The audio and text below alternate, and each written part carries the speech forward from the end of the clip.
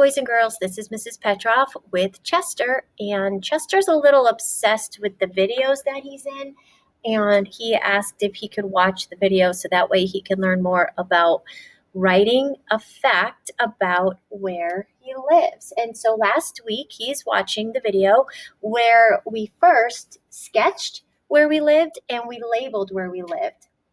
And today we're going to now write a fact, which is something that we can prove on our paper that matches our sketch and matches our labels. And so our purpose today as writing leaders is to write 2 facts about where we live. And I'm going to model for you using my sketch from last week. Here's my sketch. I sketched a red house and I labeled red house.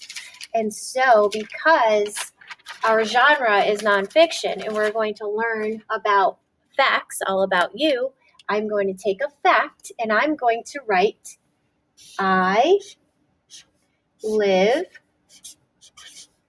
in a red house. Something very simple. It's a fact. It's where I live.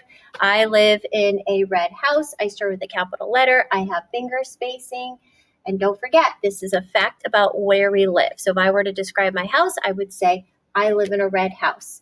Another fact that I am choosing to write about is Waxhaw. I live in Waxhaw, and I drew what to me looks like Waxhaw. There are neighborhoods, there are trees, there are railroad tracks, there's a bridge, there's also restaurants and shops in downtown Waxhaw.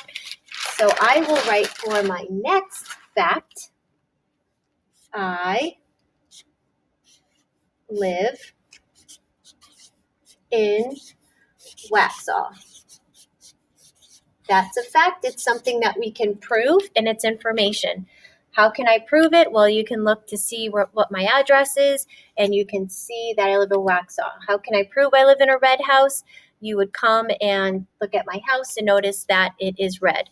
So last week I used this mentor text. I love this text.